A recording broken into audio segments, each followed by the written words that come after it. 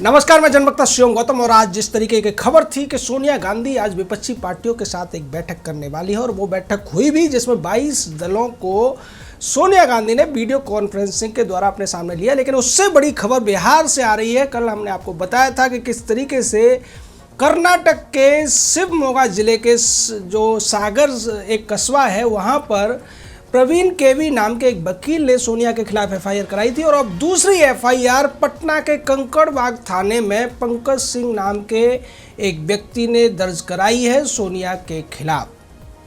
यहाँ थोड़ा सा अंतर है, वहाँ पर 505 और 153 धाराएं लगाई गई थी, लेकिन यहाँ पर जो धाराएं लगाई गई है उनमें 504, 505 और उसके अलावा 120 भी लगाई गई है, जो कि आपराधिक षड्यंत्र के लिए लगाई जाती है। निश्चित तौर पर इससे सोनिया की मुश्किलें अब जरूर बढ़ने वाली हैं। और जिस तरीके से ये एफआईआर हो रही हैं, उनकी चर्चाएं मीडिया में हो रही हैं, चाहे वो सोशल मीडिया हो या मेन स्ट्रीम मीडिया, उसको देखते हुए अब कांग्रेस को और पूरे के पूरे इस गांधी नेहरू परिवार को ये डर सता रहा है कि कहीं अब कांग्रेस अध्यक्ष के खिलाफ भारत के हर जिले, हर कस्बे में, हर कचहरी, हर कोर्ट में ऐसी एफआईआर की बाढ़ तो नहीं आ जाएगी। और इसकी संभावना पूरी तरह से दिखाई देती है, क्योंकि जिस तरीके से कांग्रेस ने अर्नब गोस्वामी नाम के पत्रकार के खिलाफ इतनी सारी एफआईआर दर्ज करा दी थी, हजारों की संख्या में हर जिले में एफआईआर दर्ज कराई थी, जिसके खिलाफ अर्नब गोस्वामी सुप्रीम कोर्ट गए थे और सुप्रीम कोर्ट से अर्नब गोस्वामी को राहत भी मिली थी। अब कांग्रेस का ये वार उनके गले की हड्डी बनता हुआ दिखाई दे रहा है, जिसके लिए कांग्रेस पार्टी के नेता बिलबिलाए हुए हैं। और डीके शिव कुमार ने तो कर्नाटक के मुख्यमंत्री को चिट्ठी लिख दी थी और पुलिस के ऊपर कार्रवाई, पुलिस अधिकारी के ऊपर कार्रवाई की मांग की थी, उसे सस्पेंड करने की मांग की थी, जिसने एफआईआर दर्ज की थी सोनिया गांधी के खिलाफ। यानी डीके शिव कुमार जैसे जो कांग्रेस के ज़्यादातर चाटुकार हैं, वो ये समझते हैं कि सोनिया हो, प्रियंका हो या राहुल हो, ये देश के कानून से ऊपर हैं, देश के संविधान से ऊपर हैं, देश में जो कानून चलते हैं, जो कानूनों की प्रक्रिया है, उस सब से ऊपर है। इनके खिलाफ एफआईआर नहीं हो सकती। ये कितना भी बड़ा अपराध कर दें, कुछ भी कर दें, लेकिन एफआईआर नहीं होनी चाहिए। लेकिन संविधान इसकी इजाज़त नहीं देता है और जो पुलिस अधिकारी अपनी ड्यूटी निर्वहन करते हैं उसके खिलाफ कार्रवाई भी नहीं हो सकती, क्योंकि जनता भी उनके साथ होती है।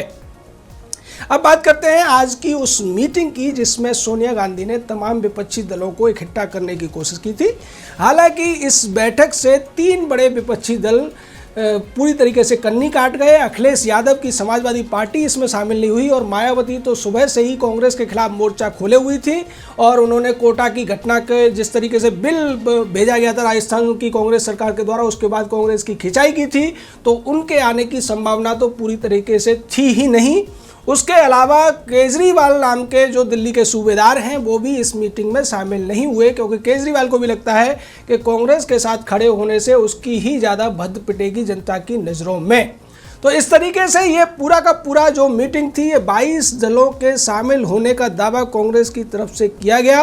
अब जो लोग शामिल हुए, अगर उनकी बात की जाए तो ये वही पुराने के हारे हुए सिपाही हैं, या आप इन्हें कह सकते हैं कि पिटे हुए मोहरे हैं, जो आज सोनिया की इस मीटिंग में शामिल हुए। और जिनके नाम बताए जा रहे हैं उनमें पश्चिम बंगाल की मुख्यमंत्री ममता बनर्जी है, महाराष्ट्र के मुख्यमंत्री उद्धव ठाकरे हैं, जहां पर सबसे ज़्यादा कोरोना के मामले सामने आए हैं, सबसे ज़्यादा लोगों की मौत हुई है, सबसे ज़्यादा दिक्कतें महाराष्ट्र में आ रही हैं। लेकिन महाराष्ट्र के मुख्यमंत्री भी इस मीटिंग में शामिल थे, जो कि प्रधानमंत्री और केंद्र सरकार की बुराई करने के लिए की गई थी। इसके अलावा शरद पवार और राहुल गांधी जैसे महाविशेषज्ञ, जो खुद इटली से कोरोना के मामले से डर के भारत भाग आए थे, और उनके बाद बात करते हैं तेजस्वी यादव जैसे लोग इसमें थे, एमके स्टालिन, सीताराम येचुरी और हेमंत सोरेन जैसे मुख्यमंत्री भी इस बैठक में शामिल थे। वहीं अमर अब्दुल्ला भी इसमें थे। तो सीधे तौर पर ये जो पूरी की पूरी बैठक थी, ये वही लोग थे जो किसी न किसी वजह से केंद्र सरकार से खिसियाए हुए हैं और केंद्र सरकार की बुराई करने का कोई मौका ढूंढ रहे हैं। इस बैठक में सोनिया ने जो बयान दिए वो पूरी तरीके से अनर्गल टाइप के आप कह सकते हैं, क्योंकि जिस तरीके की बातें सोनिया ने की, इस संकट की घड़ी में कोई भी समझदार विपक्षी नेता होगा तो ऐसी बातें नहीं करेगा, इनसे बाज आएगा। लेकिन सोनिया है कि मानती नहीं। जिस तरीके से पप्पू जी यानी कि श्री राहुल जी और उनकी बहन प्रियंका वाड्रा भी उलझुल बातें करने के लिए मशहूर हैं, उसी तरीके से सोनिया गांधी भी बार बार दिखा देती है कि वो अनपढ़ तो नहीं है, लेकिन ज़्यादा पढ़ी लिखी भी नहीं है। आज उन्होंने कहा कि ज़्यादातर अर्थशास्त्री ये कह रहे हैं कि केंद्र सरकार को जो प्रोत्साहन राशि है वो बढ़ाकर देनी चाहिए और लोगों के अकाउंट में डायरेक्ट पैसा डालना चाहिए, लेकिन केंद्र सरकार पूरी तरीके से विफल रही है कोरोना के मामलों में। और उनका ये कहना है कि केंद्र सरकार की गलतियों की वजह से ही कोरोना देश में ज़्यादा बढ़ा। लेकिन सोनिया गांधी ये भूल गई कि भारत सरकार के जो कड़े नियम अपनाए भारत सरकार ने या 3 बार लॉकडाउन किया, उसी का परिणाम था जिसकी पूरी दुनिया ने प्रशंसा भी की कि भारत के अंदर जहां पर 130 करोड़ लोग रहते हैं, ये कोरोना की महामारी उतना असर नहीं दिखा पाई जितना कि असर उसने सोनिया के खुद के मायके यानी कि इटली में दिखाया, जहां हजारों की संख्या में लोग मारे गए और लाखों की संख्या में पीड़ित हुए, इससे पॉजिटिव पाए गए। या फिर बात करें जिस जगह पर सोनिया कभी काम किया करती थी, उस ब्रिटेन के अंदर भी लाखों लोग इससे पीड़ित हुए और हजारों की संख्या में मरे हैं। बात करें दुनिया के सबसे शक्तिशाली देश की, अमेरिका की, तो अमेरिका में भी मरने वालों की संख्या कई हजार है। भारत से बहुत ज़्यादा, 50 से ज़्यादा गुना ज़्यादा संख्या है। वहाँ जर्मनी जैसे देश में भी ये संख्या बहुत ज़्यादा है। उसके बावजूद सोनिया गांधी कहती है कि भारत सरकार इस मोर्चे पर विफल रही है।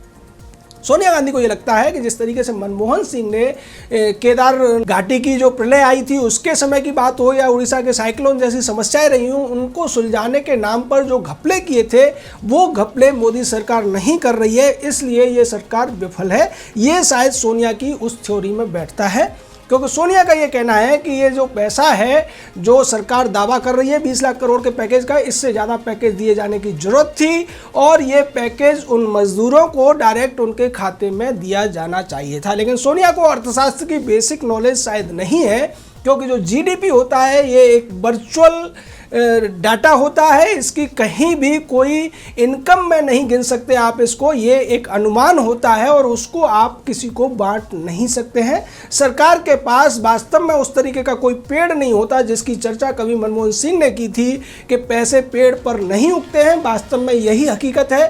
पैसा यानी कि सरकार जो खजाना है वो टैक्स से आता है और ऐसी स्थिति में टैक्स कहीं से आने की कोई संभावना नहीं है। तो सरकार जो स्टिमुलस पैकेज दे रही है, ये आने वाली योजनाएं हैं, वो लोन में राहत दे सकते हैं, वो इंडस्ट्री को टैक्स में राहत दे सकते हैं या दूसरे तरीके की सहूलियतें कर सकते हैं, और उसके अलावा जो सरकार खर्चा कर सकती है वो करने की कोशिश सरकार कर रही है। लेकिन सोनिया और इस मीटिंग में शामिल जो दूसरे दल हैं वो ये कहने की कोशिश कर रहे हैं कि सरकार मजदूरों को सड़क पर चलने के लिए सरकार ने मजबूर किया, सरकार बहुत ज़्यादा अत्याचारी हो गई, बहुत ज़्यादा असंवेदनशील हो गई। लेकिन सोनिया ये भूल गई कि भारत सरकार ने सभी लोगों से ये निवेदन किया था कि वो अपने घरों में रहें, घरों से बाहर न निकलें। मजदूरों से भी निवेदन किया था, और अगर वो मजदूर बाहर निकल रहे थे तो ये केंद्र सरकार की वजह से नहीं बल्कि उन राज्य सरकारों की गलती की वजह से, जो उन मजदूरों को बेसिक नेसेसिटी यानी कि अनिवार्य वस्तुएं भी उपलब्ध कराने में नाकामयाब रहीं। मजदूर उत्तर प्रदेश से कहीं भागकर नहीं गए, बिहार से कहीं भागकर नहीं गए, वो कहीं से भागे हैं तो वो पंजाब से भागे हैं, महाराष्ट्र से भागे हैं, राजस्थान से भागे हैं या फिर दिल्ली जैसे प्रदेशों से भागे हैं। और इन सभी प्रदेशों में उन्हीं लोगों की सरकार है जो कि आज केंद्र सरकार की कोरोना वायरस के प्रति उठाई गई नीतियों से के लिए केंद्र सरकार की खिंचाई कर रहे हैं। सीधे तौर पर सोनिया की जो बिलबिलाहट है वो उसको लेकर है जो पीएम केयर फंड में पूरी दुनिया के देशों से रहने वाले भारतीयों द्वारा या भारत में रहने वाले भारतीयों द्वारा योगदान दिया गया है। क्योंकि अब तक जो PMNRF यानी कि प्रधानमंत्री राष्ट्रीय राहत कोष नाम का फंड था, उसमें जो धनराशि इकट्ठी होती थी वो 200, 400, 500 करोड़ हुआ करती थी और वो भी पूरी तरीके से खर्च नहीं होती थी। लेकिन पीएम केयर फंड में अभी तक 10,000 करोड़ रुपए से ज़्यादा की जो धनराशि इकट्ठी हुई है, उससे सोनिया को ऐसा लगता है कि जिस तरीके से कांग्रेस पार्टी उसमें कमीशन खाती थी या घपले किया करती थी, तो क्या भारतीय जनता पार्टी को यह मौका मिलेगा। लेकिन वो भूल जाते हैं कि भारतीय जनता पार्टी की जो सरकार है उसने पूरी तरीके से इसमें पारदर्शिता बरतने का काम किया है। जो खर्चे हो रहे हैं वो दिखाए भी जा रहे हैं, और उसके अलावा जो सोनिया आरोप लगा रही है, दूसरे विपक्षी दल आरोप लगा रहे हैं कि मजदूरों के पलायन के लिए कोई व्यवस्था नहीं की गई, बसें नहीं लगाई गई या ट्रेनें नहीं चलाई गई। तो लॉकडाउन के समय में जितनी ट्रेनें चल सकती थी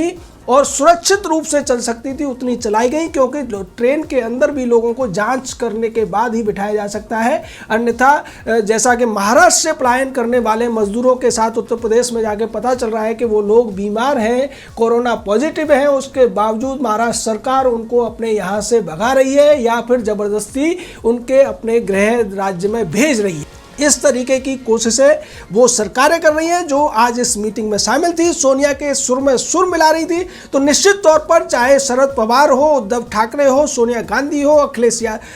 सोनिया गांधी हो, राहुल गांधी हो, उमर अब्दुल्ला जैसे लोग हो, या फिर हेमंत सोरेन या ममता बनर्जी जैसे लोग, ये वही लोग हैं जो कोरोना वायरस से पीड़ित लोगों की संख्या पर एक सोची समझी साजिश के तहत राजनीति कर रहे हैं, घिनौनी राजनीति कर रहे हैं और अपनी जिम्मेदारियों को निभाने की बजाय केंद्र सरकार पर आरोप लगाकर अपने खुद को बचाने की कोशिश में लगे हुए हैं। ममता बनर्जी के बारे में जितना कहा जाए उतना कम है। ममता बनर्जी ने जिस तरीके से पश्चिम बंगाल में लॉकडाउन के दौरान भी लोगों को छूट दे रखी थी, लोग झुंड के झुंड बनाकर चल रहे थे और झुंड में ही वो नमाज अदा कर रहे थे, दूसरी गतिविधियों में भी इन्वॉल्व थे, तो सीधे तौर पर उसकी वजह से पश्चिम बंगाल में जो कोरोना वायरस फैलने की दर है वो भी बढ़ गई थी। और वही स्थिति दिल्ली में हुई। दिल्ली में जिस तरीके से लॉकडाउन शुरू होते ही अफवाह उड़ाई गई और उस अफवाह के चलते बहुत सारे लोग आनंद विहार जैसे जो अंतर्राज्यीय बस अड्डे वहाँ पर इकट्ठा हुए, फिर वहाँ अफरा तफरी मची। लेकिन उस कठिन स्थिति में भी अगर किसी ने सही तरीके से काम किया था तो वो उत्तर प्रदेश की योगी सरकार थी। उन्होंने हजारों बसें चलाई, उन मजदूरों को वहाँ से निकाला, उनके घरों तक पहुँचाया और अभी तक जितने ज़्यादा से ज़्यादा मजदूरों को उत्तर प्रदेश सरकार अपने यहाँ लेकर आई है, अपने